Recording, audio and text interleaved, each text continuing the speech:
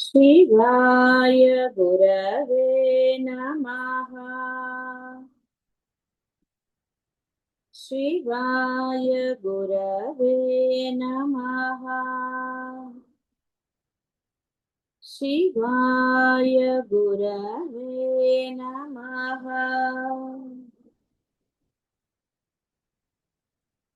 शिवाय गुरवे नमः। शिवाय गुरवे नमः। सिंदूर तिलकांचिता సింధూర తిలకాంచిత. ఈ ధూకి ఒత్తులేదు, సింధూర అని అనాలి, దీర్ఘం ఉంటుంది. సింధూర అంటే రాకు కాదు, సింధూర తిలకాంచిత. సీమంతము అంటే ఈ మనం పాపిడి తీస్తాం, ఆ పాపిడిని సీమంతము అంటాం. మామూలుగా కూడా శాస్త్రాల్లో కానివ్వండి, ఎక్కడైనా పాపిడి తీసే జడ వేసుకోవాలని ఉంటుంది. మగవారికి కూడా పాపిడి తీసే దువ్వుకోవాలి అనేది శాస్త్రాల్లో చెప్పబడింది. సరే, కాబట్టి ఇక్కడ ఆ యొక్క సీమంతమందు సింధూరం అనే తిలకముచే ఆవిడ ప్రకాశిస్తోంది. ఆ అమ్మకి అక్కడ సింధూరము, అది మన సింధూరాలు వేరు, అది వేరు అనుకోండి, అది ఎలాగో మీకు తెలిసిందే. కాబట్టి దాంతో ఆవిడ యొక్క ఆ సీమంతము అలంకరించబడి ఉంది. అంటే మామూలుగా కూడా పెరియవారు కూడా చెప్తారు, పెళ్లి అయిన స్త్రీలు అంటే సౌభాగ్యవంతులు అని అంటారు. సౌభాగ్యం అనగానే మళ్ళీ ధనము అలా అని కాదు, భర్త ఉన్న స్త్రీలు అలా అని. అంటే ఈ నోములు వ్రతాలు అద్వైతం గురించి చెప్పడం లేదు నేను, మామూలుగా ఇంకా కోరికలు పిల్లలు ఇలాంటివన్నీ ఉన్నవాళ్ళు ఈ బొట్టు కన్నా కూడా ఈ శ్రీమంతమందు పెట్టుకునేదే ముఖ్యమైనది అంటారు పెరియవారు కూడా. శాస్త్రంలో కూడా చెప్పబడింది. మామూలుగా ప్రెగ్నెన్సీ అప్పుడు కొంతమంది చేస్తారు కదా శ్రీమంతము అని, అసలు దాని అసలు అర్థం కూడా భర్త ఇక్కడ తిలకాన్ని దిద్దుతాట ఈ యొక్క పాపిడిలో, అది సీమంతం అంటారు. సరే, తర్వాత కాలక్రమేణా అన్ని మనకి కేవలం వేడుకలు అయిపోయాయి, ఫోటోల గోల అసలుది పోయింది, ఇవన్నీ కూడా వచ్చాయి. సరే, కాబట్టి ఇక్కడ భర్త ఉన్న స్త్రీలు ఈ పాపిట ఈ సింధూరంలో ఇక్కడ పెట్టుకోవటం, కొన్ని ఇంకా నార్త్ ఇండియన్స్ వాళ్ళు చూడండి కంపల్సరీగా పెట్టుకుంటారు. అలా ఇక్కడ పెట్టుకునేదే ముఖ్యమైనదని ఆయన చెప్తారు. అమ్మ కూడా అక్కడ తిలకం ధరించి ఉన్నది. పాపిట ఎందు పగడకాంతిని హసించు అంటే వెక్కిరిస్తుంది పగడముల యొక్క కాంతిని ఆ సింధూర వర్ణ తిలకముచే ఒప్పుచున్నది.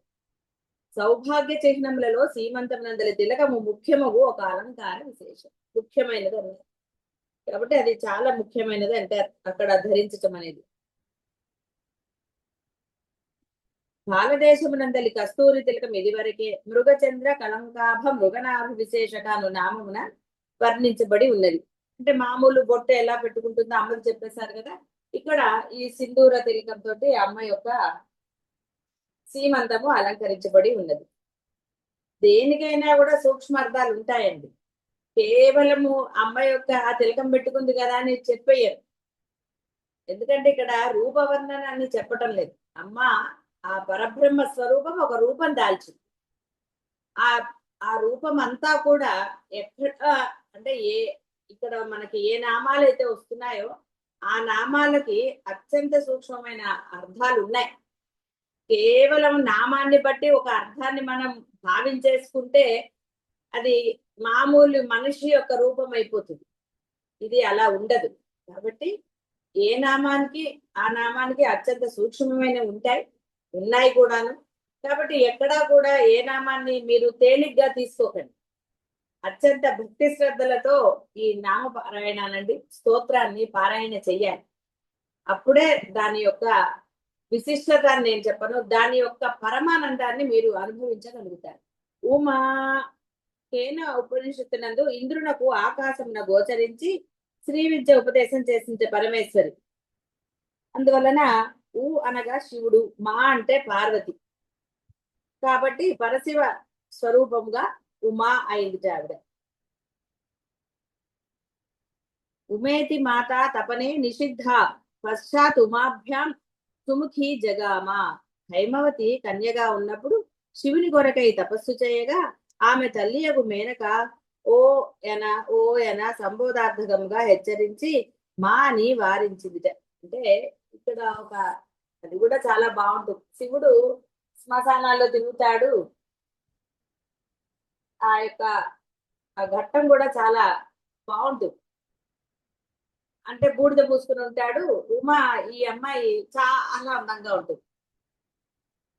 ఆయన కోసం తపస్సు చేస్తుంటే చెయ్యొద్దండి. మా అంటే లక్ష్మీదేవిని అర్థం ఎలా ఉందో వద్దు అనే అర్థం కూడా ఉంది. వద్దు వద్దు అతని కోసం చెయ్యకని చెప్పింది ఈవిడ. ఓయోయ్ అంటాం కదా మామూలుగా పిలుపు, ఇక్కడ ఉకారం కలపడానికని అలా చెప్పారు, చెయ్యొద్దు అని చెప్పించా. అప్పటి నుంచి ఆవిడని ఉమా అని పేరుతో పిలుస్తున్నారట. ఉమా అని వద్దు అని అంది కదా, అందుకే అది ఆవిడట చాలా ఆవిడకి ఏమిటి మేమే మహారాజులం, ఈ నా కూతురు ఇంత అందంగా ఉంటుంది, అల్లుడు ఇలాంటి వాడా అనుకుంది. చాలా ఆవిడకి అసంతృప్తిగా ఉంటుంది. సరే పెళ్లికి తరలి వస్తున్నారట అందరూ. తరలి వస్తుంటే ఆవిడ ఒకసారి చూసి చాలా బాధపడింది. కిటికీలోంచి చూసింది వాళ్ళందరూ రావడం, శివుణ్ణి వీళ్ళందరూ తీసుకొస్తున్నారు, విష్ణుమూర్తి వీళ్ళందరూ కలిసి. వీళ్ళందరూ ఎంత వైభవంగా ఉన్నారు, నా అల్లుడేమో ఎలా ఉన్నాడు బూడిద పూసుకుని అది ఇది. అది విష్ణుమూర్తి గ్రహించారట. గ్రహించి స్వామి ఇంకా నువ్వు ఇలా ఉంటే బాలేదు, కాబట్టి చక్కగా అమ్మ ఎంతో సుందరంగా ఉంది కదా అని అన్నట్టు. అనగానే శివుడు ఒక నవ్వు నవ్వి సుందరేశ్వరుడు అయిపోయాడు. సుందరి సుందరేశ్వరులని అంటారు అందుకే. అప్పుడు ఈవిడ మళ్ళీ కిటికీలో చూసేసరికి ఒక సుందరమైన ఆ వ్యక్తి కనపడ్డాడు. ఆవిడకి అర్థం కాలేదు, ఇదేమిటి ఇప్పుడే కదా బూడిద పూసుకున్నాడు. అప్పుడు ఆవిడ మనసులో స్ఫురణ అనండి, ఎవరో చెప్పారనండి, అది అది పెద్ద అప్రస్తుత విషయం. అప్పుడు చాలా సంతోషించింది ఆవిడ. అమ్మయ్య నా కూతురికి తగ్గట్టుగా ఉన్నాడు, సకల ఆభరణాలతో అలంకరించుకుని ఆయన ఉన్నట్ట. అక్కడ మాత్రమే శివుడు అలంకరించుకుని ఉంటాడంటారు. లయకారకుడు కదా, ఆయనకి ఈ యొక్క ఆడంబరాలనండి అలంకారాల మీద పెద్ద ప్రీతి ఉండదు. ఆయనకి ఆ విభూది రాస్తే చాలు. విభూది అంటేనే మహత్ ఐశ్వర్యం అని శాస్త్రాల్లో చెప్పబడుతూ ఉంటుంది. వేదంలో కూడా విభూది అర్థము మహత్ ఐశ్వర్యం, అంటే ఇహము పరము కలిగించే. ఇహంలో నీకు కావాల్సినవి, బ్యాంక్ బ్యాలెన్స్ల గురించి ఎప్పుడు ఆలోచించకండి. ఇహంలో నీకు సుఖంగా ఉండి ఆనందంగా ఉన్నావు అంటే నీకు అవసరానికి తగ్గ ఇది ఇస్తాడు అని అర్థం. నువ్వు ఎప్పుడు కూడా ఆ మామూలు ఏమంటారు తిండి బట్ట వీటికి నీకు లోటు లేకుండా చూస్తావు, నీకు మోక్షాన్ని ఇస్తావు. ఎప్పుడైతే నువ్వు నిత్యతృప్తుడిగా ఉంటావో, నీకు లభించిన దానితో అనన్య భక్తి కలిగి ఉంటావో, ఇహ నీకు మోక్షం. కాబట్టి ఇహము పరము ఇస్తుంది విభూది అనేది. అంటే ఇక్కడ విభూది అనగానే ఏదో మామూలు అనడానికి లేదు. సరే కాశీలో ఏం చేస్తారు, ఇవన్నీ చాలా మీరు వినేదే. శివుడికి విభూది ఇస్తే చాలా లాభం. కాబట్టి ఆవిడ చాలా సంతోషించింది. విష్ణుమూర్తి వాళ్ళు తర్వాత ఏమిటమ్మా నీ పిచ్చి కానీ ఆయన అలా ఉంటాడు, ఆయన కన్నా ఐశ్వర్యవంతుడు ఈ ఏ లోకంలోనూ లేడని చెప్పి ఆయన తలుచుకుంటారు. ఆయన అప్పుడు సుందరేశ్వరుడిగా ఆ పాములు అవన్నీ చూసి ఆవిడ భయపడింది. ఇదేమిటి అని సౌందర్యలహరిలో శ్లోకం కూడా ఉంటుంది, ఆ పాములు చూసి ఇవిడ భయపడినట్టుగా అలా. అంటే ఇక్కడ మనకి ఆ ఒక లీల. వీళ్ళంతా కూడా నిజంగా రూపాలు ఉన్నాయా లేవు, మన కోసం మన ఆనందం కోసం. ఎందుకు ఆనందము, నీకు ఆ యొక్క ఆరాధించే దైవం పట్ల దృఢత్వం పెరగడానికి. ఆనందంగా ఉన్నప్పుడే నమ్మకం కలుగుతుంది. ఒకరి వల్ల మనకు ఆనందం లభిస్తే వారి యందు మనకు ఒక అభిప్రాయం, మంచి అభిప్రాయం ఏర్పడుతుంది. అందువల్ల ఈ యొక్క దేవతలందరివి లీలలు, శ్రీకృష్ణ లీలలన్నా ఒక విష్ణుమూర్తిదన్నా కుమారస్వామి, ఇవన్నీ కూడా వాళ్ళు లీలలు చేశారు. అందుకని మనలాగా అవన్నీ కథలు అనలేదు. దేవతలు చేసేవన్నీ కూడా లీలలు, అంటే నీ కోసము నువ్వు తరించడానికి. ఇక్కడ వాళ్ళకు వచ్చే ఉపయోగము వాళ్ళకు వచ్చే ఇదే ఏది లేదు అక్కడ. కేవలం నువ్వు తరించడానికి ఈ మానవ జన్మ ఎందుకు వచ్చిందో నీకు తెలిసి మరి నువ్వు తరించాలి అంటే మరి ఏదో ఒకటి నువ్వు ఆలంబనగా ఉండాలి కదా. ఆ ఆలంబన కోసం వాడు ఈ లీలలన్నీ చేశారు. కాబట్టి నమ్ముతావా నమ్మవా అంటే నీ బుద్ధే కుర్రెగో బుద్ధి లాగా. నమ్మావా తరించిపోతావు. గోళలు ఉండవు. బ్యాంక్ బ్యాలెన్స్ల గురించి చింత లేదు, వేరే వాటి గురించి చింత లేదు. నిత్య తృప్తుడిగా ఉంటాం. అందుకనే అద్వైతంలో ఎక్కువగా పసిపిల్లలతోటే పోలుస్తారు. వాళ్ళకి ఏం తెలుసండి, వాళ్ళకి ఏసీ గురించి చింతన ఏదన్నానా ఏది లేదు. వాళ్ళు ఎప్పుడు నిత్య తృప్తులు. కేవలం ఆకలేసినప్పుడు. నువ్వు కూడా అంతే, ఆకలేసినప్పుడు తిను, అవసరమైంది సంపాదించుకో. ఎంత సంపాదించుకోవాలి? మీరు రికార్డింగ్ లో చేస్తున్నారు కదా, అవసరమైన దానికన్నా ఎక్కువ తిన్నా పాపమే, సంపాదించినా కూడా పాపమే అని శాస్త్రంలో చెప్తారు. దాచుకున్నవాడు దొంగతో సమానం. సరే అవన్నీ పక్కన పెట్టండి. అంటే నేను అవి అబద్ధాలని చెప్పట్లేదండి, మీరు బాధపడతారు కాబట్టి అలా చెప్తున్నాను. ఇక్కడ ఏంటంటే వ్యామోహం ఉండరాదు. నీకు ఆ పరబ్రహ్మం వల్లే నీకు లభించాయి. నీ బ్యాంక్ బ్యాలెన్స్ అనండి, ఇంకోటి అనండి, ఇంకోటి అన్ని ఆ పరబ్రహ్మం వల్లే. నువ్వు ఆరాధించే దైవం అనండి. కానీ నువ్వు అది ఎలా సంపాదించావు అనేది నీ మనసుకు నువ్వే సాక్షి కదా. నీకు మనసు అనండి, మనసుకు నువ్వే అనండి. అది ధర్మందా అధర్మందా చాలా ఇది. ఎందుకంటే పెరియవారి కథల్లో మనకి ధర్మం గురించి చాలా చెప్తారు. అధర్మం యొక్క సొమ్ము ఆయన అసలు ముట్టుకోనంటారు, మఠానికి పనికిరాదంటారు. శివుడికి కూడా ఆయన దాన్ని ఇది చెయ్యరు. చాలా ఆ ధర్మ అధర్మాల పట్ల చాలా కఠినంగా ఉంటారు. అధర్మం పట్ల ఆయన. ఇక్కడ ఆ అమ్మ అప్పటి నుంచి ఉమా అని. అందుకని శివుడు అనగానే ఏదో బూడిద పూసుకున్నవాడు అది. అందుకని బెజ్జ మహాదేవి కథ కూడా చాలా అద్భుతంగా ఉంటుంది శివుడి గురించి. ఇవన్నీ లీలలు. మన మనసు తన్మయత్వం. మరి పరమాత్మ ఎందుకు కూడా తన్మయత్వం పొందకపోతే ఎలాగండి? నువ్వు ఆరాధించే దైవం పట్ల. అలా అని ఈయన వేరు ఆయన వేరు అని కాదు. ఏ దైవం పట్ల అయినా సరే ఆ యొక్క లీలలు విన్నప్పుడు నీ మనస్సు అందులో లయం అవ్వాలి. అందువల్లనే మరి ఉమా ఈవిడ ఇంత మహారాజు గారి కుమార్తె అయ్యుండి కూడా మరి శివుణ్ణి ఎందుకు వరించిందండి?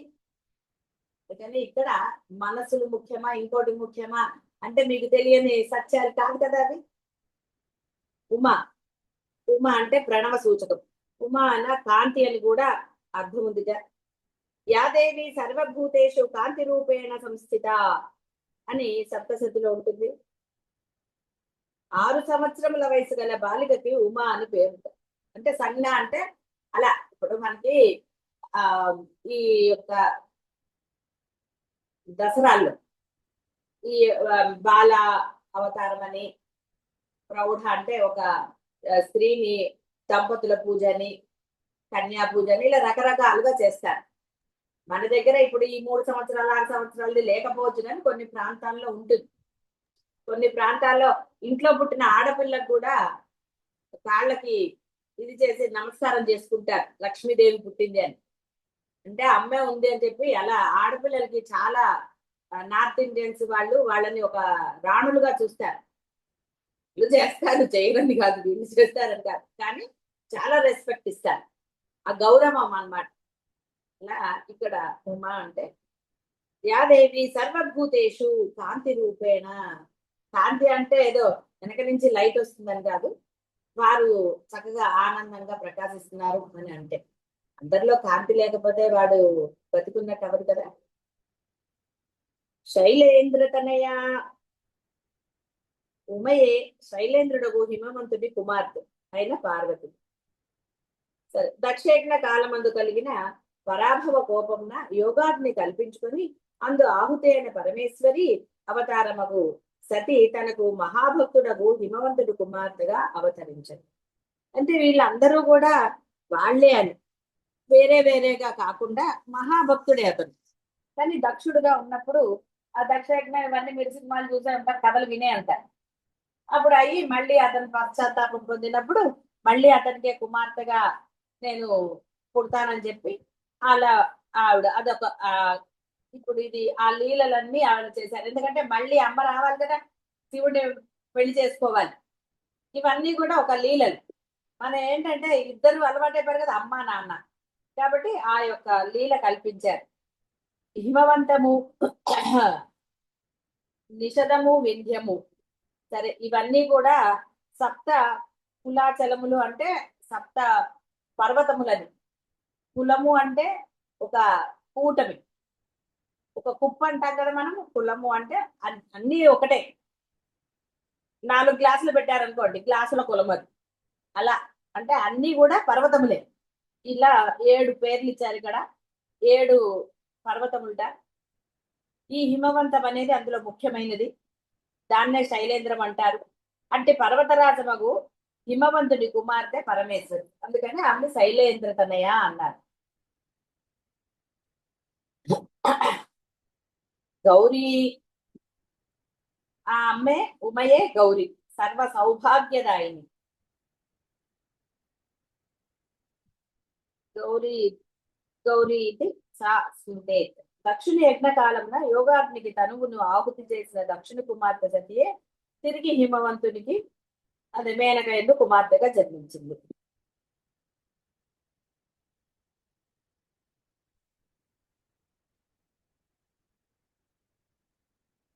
కాళీదేవి తన పతి ఇది ఇక్కడ ఇచ్చారు. ఓకే, ఇదే చెప్తా అనుకున్నాను. కాళీదేవి తన పతి పరమేశ్వరునిచే నల్లపిల్ల అని పరిహసించబడుట వలన తపము చేసి బ్రహ్మవరంన గౌరీ వర్ణ శరీరంను పొందిన దేవత. గౌరీ అని ఇతిహాసం ఒకటి, ఒక కథ ఇక్కడ కూడా. కథ అంటే లీలేనండి, మళ్ళీ కథ అంటున్నానేమో, అలవాటు చెప్పుకున్న కథ ఒక లీల. శివుడు చాలా స్ఫటిక సదృశం, అంటే చక్కని తెలుపు. అంటే మళ్ళీ చెప్పిన ఎక్కడా కూడా తెలుపు అనగానే మీరు ఈ బాహ్యమైన ఈ జీవ శరీరాల గురించి ఆలోచించకండి. ఒక కాంతివంతమైన ఒక శరీరం, అది ఈ వర్ణం అని చెప్పడానికి ఉండదు. ఈవిడేమో నల్లగా ఉంది ఉమ. అందుకని ఒక రోజు ఆయన పరిహాసంగా పోయి నల్లపిల్ల అన్నాడు. ఎంత బాగుంటుందో ఇవన్నీ మనకి భావనకి అనేసరికి ఆవిడ ఫీల్ అయిందిట. ఫీల్ అవుతారు కదండి కొంతమంది, అందులో ఫీల్ అవ్వాల్సింది ఏం లేదు. కృష్ణుడు నల్లగానే అంటాడు, రాముడు నల్లవాడే, ఇక్కడ ఏం వేరేగా లేదు. అందుకని ఆ అభేద కోసమే ఆ పరమాత్మ కూడా అలాంటి నల్ల రంగుతో పుట్టాడు. సరే, సైన్స్ పరంగా అది వేరే విషయం అండి. సరే, మొత్తానికి అనేసరికి ఆవిడ ఫీల్ అయింది. అయితే ఇక్కడేమో తపస్సు చేసింది, బ్రహ్మవరం అన్నారు. ఆవిడికి బ్రహ్మవరం అక్కర్లేదు. ఒక్కొక్క దాంట్లో పురాణాల్లో ఒకటి చెప్తారు, తపస్సు చేసింది కాబట్టి ఎవరో ఒకటి గురించి. ఆవిడ వెంటనే తన నలుపుని విసర్జించింది. అంటే ఆ నలుపు వర్ణాన్ని ఆవిడ తీసేస్తే ఆ నలుపు వర్ణమే కాళీమాతగా ఆవిర్భవించింది అంటారు. అయితే ఇక్కడ దానికి ఒక కారణం, వాళ్ళ లీలలన్నిటికీ లోకోద్ధరణే ఉంటుంది. ఆ కాళీమాతే రాక్షసులను సంహరించడానికి అని. అప్పుడు ఆవిడ గౌరీ అని చక్కగా, అంటే ఆయనకి సమానమైన రంగుతోటి ఆవిడ వచ్చింది. మంచి గాత్రం ఉంది ఆవిడికి. కన్యల యందు 8 వత్సరముల కన్య గౌరీ అనబడుతుంది. 8 సంవత్సరాలు. ఇక్కడ అంటే మనకి ఎక్కడ కూడా బాగా గుర్తుపెట్టుకోవాల్సింది ఏంటి అంటే, ఏమిటండి ఈ సంవత్సరాలు చెప్తున్నారు అంటే, అన్ని రూపాలు అమ్మవే. ముఖ్యముగా ఈ యొక్క, ఎందుకంటే స్త్రీనే అమ్మ అవుతుంది, అమ్మ ప్రేమగా ఉండగలుగుతుంది. కేవలము సంతానం కలిగినప్పుడే స్త్రీ తల్లి అవదండి. ఆ ప్రేమను ఎప్పుడైతే చూపిస్తుందో అది పిల్లలు కూడా చూపిస్తారు. 7 సంవత్సరాలంటే అమ్మాయికి ప్రేమ అవన్నీ తెలుసు. అంటే ఇక్కడ బాగా మీ పిల్లలందరికి కూడా చెప్పండి, అలా ప్రేమగా ఉన్న వాళ్ళని అమ్మతో పోలుస్తారు. అంటే ఆ కరుణ. శ్రీ మహారాజ్ని శ్రీమత్ సింహాసనేశ్వరి, ఎంతటి కరుణ ఉంటుందో. శ్రీమాత అనేది మొదటి శబ్దం, తర్వాత ఆవిడ మహారాజ్ఞి అని చెప్పబడింది. కాబట్టి మాత, అమ్మ అత్యంత కరుణ స్వరూపురాలు. అంటే ఎవరికి తల్లి అయినా సరే, మామూలుగా మన ఈ ప్రపంచంలో తల్లిని చూస్తే, సరే కలికాలం కాబట్టి నానా రకాలు ఉన్నారనుకోండి, మీరు సీరియల్స్ అన్ని చూస్తారు కదా, పెద్ద విలన్లు తల్లులు. సరే, ఏది ఏమైనా అసలైన అర్థము తల్లికి, ఆయన శంకరులు నా కుమాత నా భవతి కదాపిచ అన్నారు. అంటే చెడ్డ తల్లి అసలు ఉండనే ఉండదన్నారు ఆయన. పాపం ఆయనకు తెలీదా అంటే, ఆయన ఉద్దేశం ఏంటంటే, తల్లిగా నువ్వు ఎప్పుడు ఇక్కడ తల్లి అనగానే ఒక కేవలం సంతానం అని ఎప్పుడు తీసుకోరాదు. చెడ్డగా అసలు ఉండకు, నీ రూపమే కరుణా రూపం అమ్మ, అలా ఉండు అని చెప్పడం. కాబట్టి ఇక్కడ సంతానంగా ఆయన ఒక శ్లోకం చెప్పిన బాహ్యార్థం అలా తీసుకోవచ్చు, అందులో దోషం ఏమీ లేదు. అందరినీ కూడా తన సంతానంగా ఎవరైతే భావించి ప్రేమించగలుగుతారో వారు అమ్మ అని శ్రీమాత అని అందుకనే అన్నారు. మొదటి మాటే ఆవిడ ఒక్కతే కాదు, ఆవిడ లక్షణాలు ఆ ప్రేమ నీలో ఉన్నప్పుడు కేవలం నా సంతానం పట్ల నేను ప్రేమగా ఉంటాను, వేరే వాళ్ళ పట్ల ఉండను, ఇది చాలా సరే, ఇక అది గురించి చెప్పక్కర్లేదు కదా. అంటే అందరి పట్ల కూడా ఆ ప్రేమ. భర్త కూడా మనకి కార్యేషు దాసి అవన్నీ ఉంటాయి కదా, ఒక శ్లోకం ఉంటుంది, అందులో కూడా మాత అన్న శబ్దం వస్తుంది. అంటే ఒక భార్య మాత్రమే ఎలా ఎప్పుడు ఏ విధంగా ఉండాలో ఉండగలుగుతుంది అందరి పట్ల. అయితే ఇక్కడ పురుషుడికి కొంత తేడా ఉంది అంటే అది ఆ అమ్మ యొక్క, అంటే ఈ సృష్టిలోని ఒక ఇది అంతే. పురుషులు కూడా అందరి పట్ల సమభావంతో ఉన్నవాళ్ళు ఉన్నారు. అందుకని మా నాన్నే మాకు అమ్మ అని కూడా అంటారు. అమ్మలాగా తర్వాత మా అమ్మే కోపడుతుంది, ఇలాంటివన్నీ. కాబట్టి ఇక్కడ స్త్రీ పురుష భేదం ఉందా అంటే లేదండి. కానీ ఇక్కడ స్త్రీ పురుషులు అనేది ఇద్దరిది ఉంది కాబట్టి ఈ లోక వ్యవహారంలో స్త్రీకి ఎక్కువగా ఈ కరుణ రసాన్ని పోసారు అంతే తప్ప పురుషుల్లో అలాంటి వాళ్ళు లేరు అంటానికి. స్త్రీలలో కూడా కఠినాత్ములు లేరా, ఎంతో భయంకరమైన వాళ్ళు ఉన్నారు. మీరు సినిమాలు సీరియల్స్ చూస్తున్నారు కదా, విలన్లు లేరు, విలనీ అనాలేమో మరి తెలియదు. సరే, మొత్తానికి ఏంటంటే మామూలుగా అమ్మ అనగానే మనకి స్త్రీ రూపం గుర్తొస్తుంది కాబట్టి సృష్టిలో అందరికన్నా కూడా తల్లి చాలా ప్రేమగా ఉంటుందంట. ఎంతసేపు తన పిల్లల యొక్క యోగక్షేమాలు. కాబట్టి ఇక్కడ తన అనగానే భేదభావం లేకుండా అందరి పట్ల కూడా సమభావంతో ఉండేది అని అర్థం.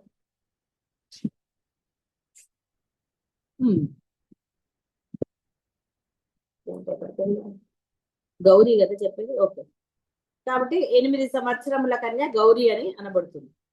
గంధర్వ సేవిత, ఈ విశ్వావసాదులు దేవ గంధర్వులు పరమేశ్వరి వీరులచే సేవించబడుతుంది.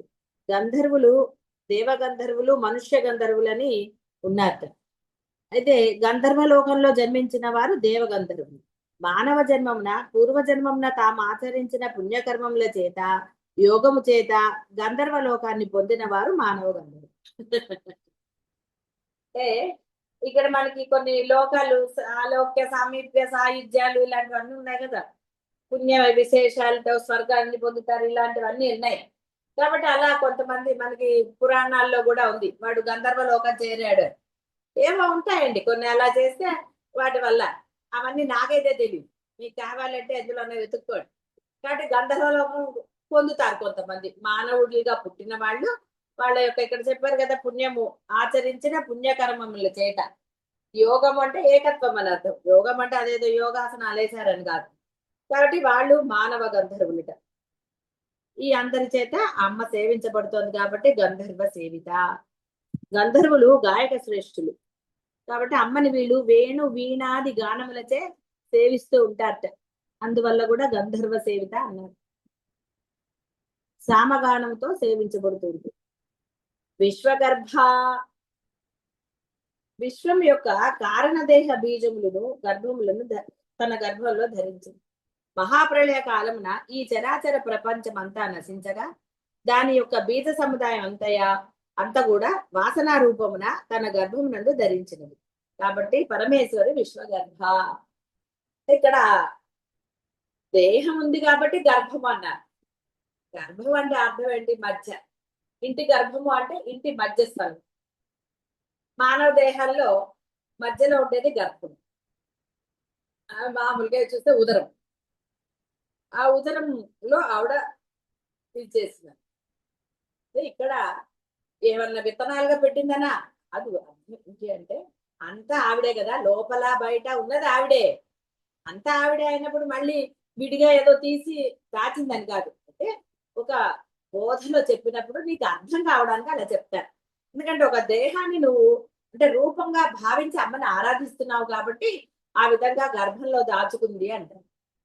ఇప్పుడు మామూలుగా కూడా చూడండి, తల్లి తన హృదయంలో దాచుకుంది, పిల్లవాడిని ఒడిలో దాచుకుంది, ఇలాంటివన్నీ చెప్పరండి. ఒక సృష్టి జరుగుతోంది అంటే పొట్టలో ఉదరంలోనే కదా జరుగుతుంది ఒక పిల్లవాడి యొక్క ఆవిర్భావం. అక్కడి నుంచి బయటకు వస్తుంది ప్రపంచం. అందుకని దీన్ని అలా పోల్చారనమాట. అందుకని అమ్మ గర్భంలోనే ఉంది. ఆ తర్వాత ఈ యొక్క ప్రపంచ సృష్టి జరిగింది అని అర్థం.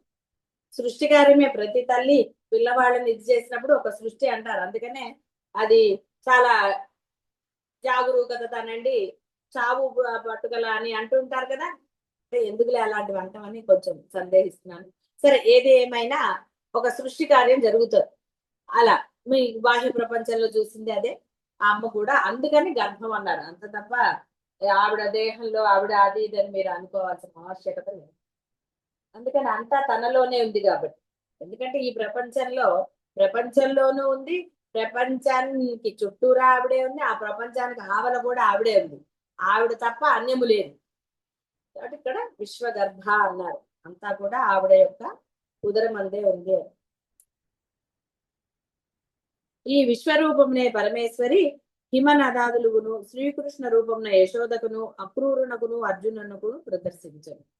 ఈ విశ్వరూపంనే అని అంటే ఈ విశ్వగర్భ ఏదైతే ఉందో, మనం నిన్న మొన్న వచ్చింది మనకి విశ్వరూపం అనగానే ఈ తలకాయలు అలాంటివన్నీ కాదు, తన దాంట్లో ఏదేదైతే ఉందో అది చూపించడం. బాహ్యంలో అంటే హనుమంతుడి ఫేస్ అని, ఆ ఫేస్ అని, శివుడి ఫేస్ అలా చూపించారు. అది ఎందుకు అవుతుందండి? అంతా వాళ్ళైనప్పుడు అలా విశ్వరూపము అంటే ఆ అసలు రహస్యం అంటే మొత్తం ఈ యొక్క బ్రహ్మాండం అంతా తనలో చూపించింది అని, తన యొక్క గర్భంలో అంటే ఉదరం అంటే ఆవిడ చూపించిందని అర్థం. అర్జునుడికి వీళ్ళందరికీ చూపించింది. ఇందు యశోదకు తన వదన గహ్వరము తెరిచి తన గర్భస్థము సమస్త చరాచర బ్రహ్మాండాన్ని అంతా ప్రదర్శించింది. నోరు తెచ్చింది కదా, వదన అంటే ఈ గుహంలో ఉన్న గుహ, నోట్లో ఆవిడ చూపించింది. చరాచరమగు ఈ సమస్త ప్రపంచమును పృథ్వీ ప్రసవించి అభివ్యక్తము చేయగలిగినది గాని విశ్వగర్భ. పృథ్వీ స్వరూపురాలు కూడా అమ్మే కాబట్టి విశ్వగర్భ. కాబట్టి ఇక్కడ ఆ సృష్టి ఆవిడే చేస్తోంది కాబట్టి రూపము పరబ్రహ్మ స్వరూపమే రూపం దాల్చి మనకి చేస్తుంది. ఇక్కడ పెద్ద సందేహించవలసిన ఆవశ్యకత అయితే ఏది లేదు. ఏమైనా సందేహాలు ఉంటే అడగవచ్చు.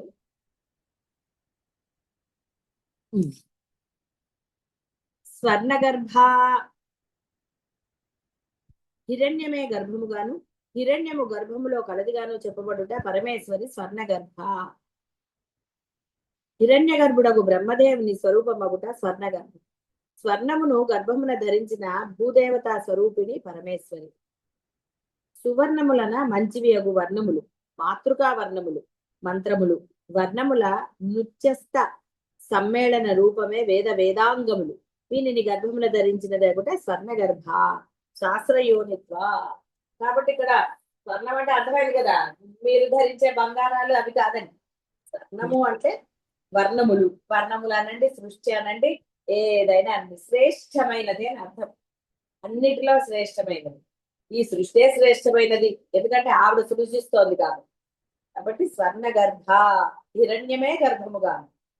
బ్రహ్మదేవుని స్వరూపమగుట అంటే సృష్టి చేస్తాడు కదా, బ్రహ్మదేవుడు చేస్తాడని కదా ఆవిడ నియమించుకుంది, అందుకని అలా చెప్పారు. ఇక్కడ అవరద అన్నారు విడదీసి, ప్రకాశమానగు దంత పంక్తితో కూడి ఉన్నది.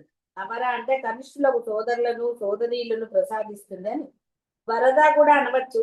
ఇక్కడ ఆయన రెండింటికి చెప్పారు. అవర అంటేనేమో నీకు సోదరులను సోదరులను ప్రసాదించటం అనేది ఉంటుంది. వరదాన్ని విభాగించిన వరాన్ అభిష్టాన్ ఉపాసకేభ్య దదాతి ఇది. అంటే వరద అంటే వరాలు ఇవ్వటం, ఉపాసకులకు అభీష్ట వరం ప్రసాదిస్తుంది. కాబట్టి వరం ఉత్తమం జ్ఞానం స్వభక్తాయేం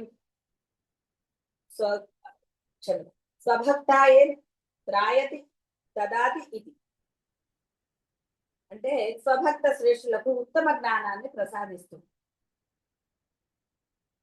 సరే, ఇక ఎవరు అంటే తన భక్తులు ఎవరు ఏది కోరుకుంటే అది. ఇక్కడ వటువులకి మంచి కన్యని ప్రసాదించటం అంటే వివాహ యోగ్యమైన అవి కూడా ఆవిడ చేస్తుంది అని అర్థం. వరద అంటే వరములు ఇచ్చే ఆవిడ. అంటే శ్రేష్ఠులకి జ్ఞానాన్ని ఎవరికి ప్రసాదించాలో వాళ్ళకి జ్ఞానాన్ని, ఈహంలో ఏమన్నా కోరికలు కోరుకునే వాళ్ళకి, వాళ్ళు కూడా భక్తులు అయితేనే కదండి కర్మని అటు ఇటు మార్చి ఆవిడ ఇవ్వగలుగుతుంది. కాబట్టి ఇక్కడ ఆ విధంగా ప్రసాదిస్తుంది. కాబట్టి అమ్మ అలా ఉన్న వరాలను కోరుకోవటంలో దోషమేం లేదు, కరెక్టే. కానీ ఆ యొక్క పరంపర కొనసాగకూడదు, తృప్తులుగా ఉండండి. అమ్మ అడిగితేనే పెట్టదండి, అడగకుండా పెట్టేదే అమ్మ. నీ యొక్క ఇవి చూసి. ఈ బాహ్య లోకంలో కూడా ఇక్కడ ఈ తల్లి కూడా అన్ని అడిగితేనే పెట్టట్లేదు. మీరు పెద్ద అయినా కూడా మీ యొక్క మంచి చెడులు అనండి, మీకు ఏం కావాలో అనేది చూసే తల్లులు ఉన్నారు ఈ రోజు. అదేవిధంగా మరి నశించే దేహంని పొందిన తల్లే అంత చేసినప్పుడు సనాతని అయిన ఆ తల్లి అంటే నువ్వు ఎన్నో జన్మలు ఎత్తావు. సనాతనము అనగానే ఆవిడేదో ఓల్డ్ ఫెలో అని కాదు. నువ్వు ఎన్నో జన్మలు ఎత్తావు. ఏ జన్మలు ఎత్తినా నీకు తల్లి ఆవిడే అసలైన తల్లి. ఆ తల్లి మరి ఎలా ఉంటుంది? ఎంత కరుణా స్వరూపురాలు. ఆవిడ ఇవ్వలేనిదంటే ఏదన్నా ఉందా? ఏది. అందుకని నీకు ఏది మంచో నీకేం తెలుసు. అందుకని అమ్మా నీ నమస్కారం చేసుకుంటే నీకు ఏ సమయానికి ఏది ఎంత ఇవ్వాలి, ఎలా ఇవ్వాలి, ఈ లెక్కలన్నీ ఆవిడ పడుతుంది. నీకెందుకండి తలకాయ నొప్పి? కాబట్టి అలాంటివి ఏమీ లేకుండా చక్కగా ఆ అమ్మని ఆనందంగా సేవించండి. ఈ లీలలు తెలిసినా తెలియకపోయినా ఆ అమ్మ అన్న భావన రాగానే హృదయం అందులో లయం అవ్వాలి.